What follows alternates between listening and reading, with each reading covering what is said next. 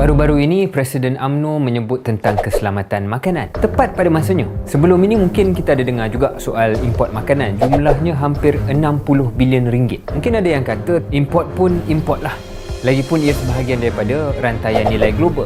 Janji rakyat cukup makan. Tapi sebenarnya kalau tak terkawal dan disusun betul, ia bahaya dan berisiko. Krisis COVID-19 mendedahkan kerapuhan rantaian nilai tersebut. Dari segi ranking, kita nombor 28 daripada lebih 100 negara dalam indeks keselamatan makanan global. 28 bunyinya okey, tapi sebenarnya tak berapa okey. Apabila kita bandingkan dengan negara macam Singapura, tak ada tanah, tak ada sektor pertanian yang signifikan, tapi dia boleh jadi nombor 1. Jom kita lihat beberapa potensi langkah untuk pencernaan minda kita. Pertama, pelbagaikan sumber import. Supaya jika ada breakdown, sama ada geopolitik ataupun macam hari ini krisis kesihatan, kita tak terdedah sangat. Yang merisaukan untuk Malaysia, untuk setengah makanan, kebergantungan kita kepada satu atau dua negara itu besar sangat. Contohnya, 75% import daging lembu datang daripada India. 97% import daging kambing dari Australia atau New Zealand. 85% cili dari Thailand. 40% import tomato, Thailand. 89% import jambu dan mempelang, Thailand juga. Kedua, kita kena tambah sumber makanan domestik. Meskipun kita cakap untuk mempelbagaikan sumber import itu pun janganlah terlalu besar.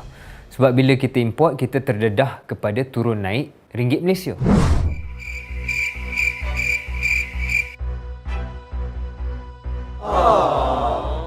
Nak tambah sumber makanan macam mana? Tahun 1960, 32% tanah pertanian kita digunakan untuk makanan. Hari ini 8%. Sini pun kita ada masalah kepelbagaian sebab majoriti besar tanah pertanian kita ni, 80%, didominasi oleh sawit. Hanya 8% tanah pertanian kita adalah untuk makanan. Kalau perlu dan boleh, kita convert sebahagian tanah tanaman sawit itu untuk tanam makanan. Contohnya, keluaran padi Malaysia sekitar 4 tan sehektar. China 7 tan sehektar. Vietnam 5.8 tan. Thailand 5.2 tan. Soal kenapa produktiviti ataupun keluaran ataupun yield kita rendah berbanding negara lain tu pelbagai faktor. Tapi salah satunya adalah sejauh mana kita mampu dan sanggup buat pelaburan modal dan R&D untuk meningkatkan angka ini. Kedua, kita kena kaji kenapa ada setengah kawasan yang produktivitinya lebih tinggi daripada kawasan lain walaupun dalam negeri yang sama. Mungkin ada teknik, ada sistem pengurusan yang boleh dijadikan contoh. Kita kena tambah keluaran domestik kita. Ini bukan idea yang baru. Dah lama kita dengar sejak zaman saya sekolah lagi pun. Hidroponik, aquaponik, aeroponik. Sekarang, kita perlu strategi berkesan untuk melaksana urban farming pada skala yang serius. Ini masa depan makanan. Perlu kita jaga kepentingan sektor pertanian luar bandar, betul.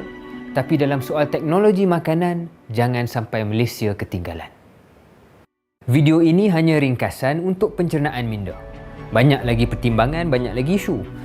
Kalau minat tahu lebih mendalam, boleh baca laporan-laporan berikut.